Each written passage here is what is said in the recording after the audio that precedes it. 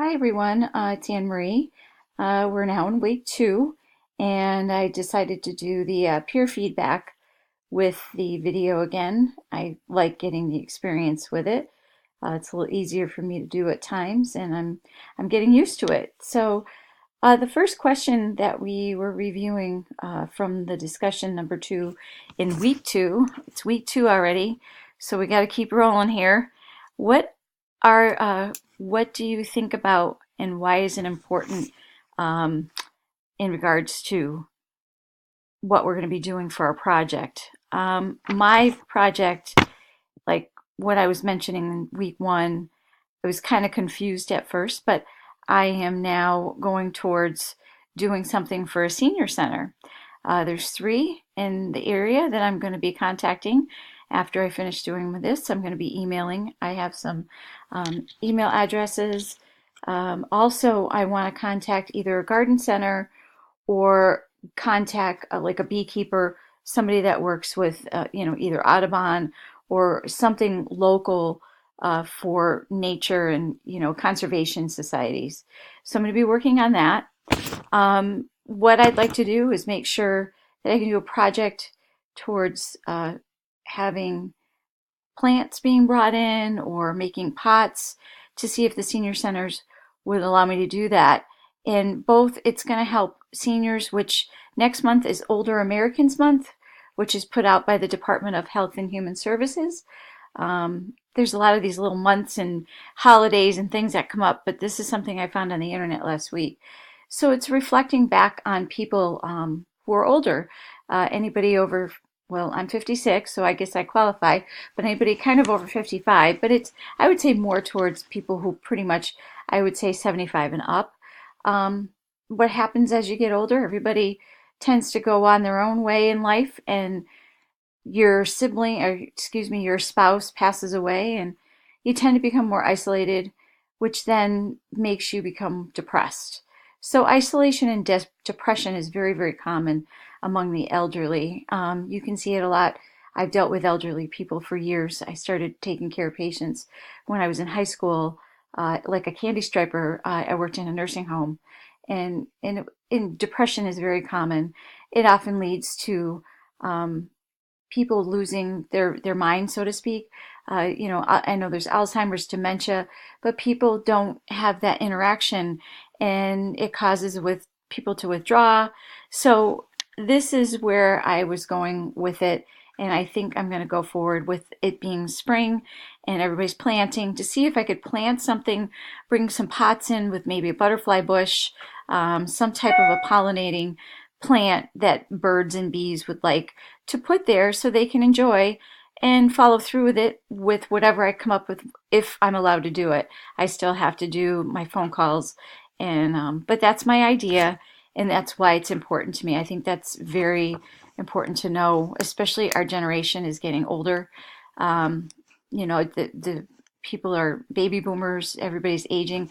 It's very common. You see new facilities coming up, such as what is it? Assisted living is what I'm trying to think of.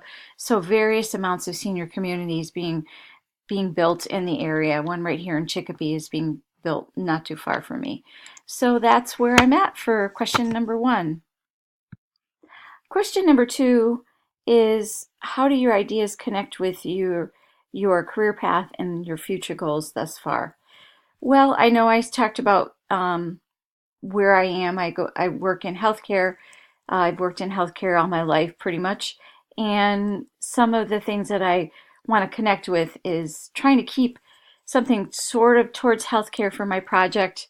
And that's why I chose to work with elderly and older population. And it really will help me because some of the jobs that I could look into getting with all these new organizations being built primarily for the older population, it could give me an open door to get into a job, like there's West Mass Elder Care, which I did call, who referred me to the senior centers. So West Mass Elder Care felt like, at this point, they said to call back. They were really good. But I think I understand where they're coming from because the senior centers have more of they have them coming right to the center, and that's a place where you want to put what my idea is going towards. But my future goals would be to work somewhat as a leader. I can work in, quality management. I can work in various areas in healthcare, not necessarily just management. And that's what I'm thinking, maybe towards some type of a senior, caring for seniors, something in that line of work. So that's why I chose what I chose in trying to put everything together, my hobby and my career combined. So that's where I'm at with number two. Question number three, what is going well with your project and what is challenging? Well, my idea is taking shape, like I was saying. I'm able to figure out what I'm going to be doing at this point if things go forward like I'm hoping.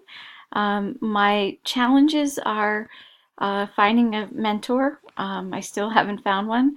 Like I said, I'm going to be emailing tonight. I think that hopefully will come into place. It's a little intimidating. I think all of us kind of feel that way.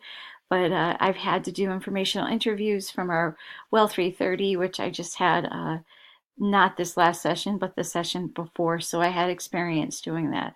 So it's made me a little more comfortable looking for somebody and reaching out. Um, when it comes to doing my project, especially if I'm doing like a garden or pots, how big do you go? How big do I want to go with this? I guess what I have to do, and this will be a challenge, is try to figure out if I do start with a center or some place, with the elderly, I want to go. Possibly, I'm thinking something that's not going to be too overwhelming. Um, Either, like I said, utilizing large pots, or if they have a small spot that I can plant, maybe following through to make sure that it's growing properly and that people are taking care of it. That's kind of like where I'm headed, I think, once we get established and once the course is finished. As far as challenge, I would say that's kind of a challenge, is like, how big do you go with it? And also, my mentor, I think, is going to be a challenge. I hope not, but those are the two things that I believe are something that I have to really consider and work on this week to figure out what's going to happen with them. But it's beginning to take shape in my mind, and I think it's going to be coming together pretty good. I think I'll be able to figure it out, and hopefully, if I get that support that I'm looking for, it's going to work out. So those are the two challenges that I think I'm coming across. The size of how big I want to go with whatever I'm going to put if I get offered to do something, and also who's going to be my mentor. So that's in the works, and that's question number three. Number four question is, how are you learning and growing as a person and as a leader? I would say that I've really become more confident, especially because I'm able to talk with the video, which I've been practicing, like I said. I'm able to be able to go in and talk to people and look them straight in the eye, um, be tolerant, try to stick up and be a self advocate for myself. There's been a lot of stress at my job, and I've had to really step up to the plate for what I'm doing. Um, Being able to take on challenges, not be afraid. I mean, this has been tough for anybody, especially all of us that are going to school, learning how to do time management and deadlines fairly quickly. And I think when you're learning all that, your leadership skills kind of just evolve as you evolve with all the schoolwork and everything we have to go through in our lives, and makes us much stronger and be able to handle things even when it's not have to do with the job, just in our own homes, in our lives, managing families. So I think leadership skills definitely take on a whole new meaning when you come into a program like this. And being the fact that we have to really do a project that is something of our own is going to evolve us even more towards not having that fear and being able to think that we can do it and say that we did it.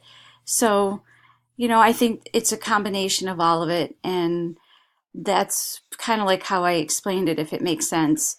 It's a combination of confidence, determination, um, being able to speak and self advocate for ourselves. in what we do. So that's my answer for number 4. The final area that was asked in this discussion is about supporting each other through best practices. I think pretty much a lot of us are already doing that. If you have something that you're stuck on, I'm not sure what to do. I think we've all been kind of giving some guidelines. Oh, I found this and I found this. And I know on one conversation I had last week, somebody was asking about food banks and getting food. And I came up with, Aldi is a great place. I know I saw a soup kitchen truck outside of the Aldi market probably within the last 3 to 4 months. For example, just, Facebook pages, if people are designing anything on social media, you can post it. Just watching each other's backs and, you know, helping with the frustrations of what we're going through and being there for each other. I think that's really important, especially in a class like this, because we're all kind of like getting really challenged to the max. And some of the girls I know have another course they might be carrying too, along with this one. I only took this course by itself. Actually, I pretty much do 3 courses a semester. I've been doing that. It's just easier for my lifestyle. So, but it's enough work. It's plenty. So I think we all have that idea of what we're doing and making sure that we're helping each other. So I think the support has already been started. And I hope everybody has a good week. I hope to hear some feedback and have a great night. And we'll talk to you soon. Thank you very much.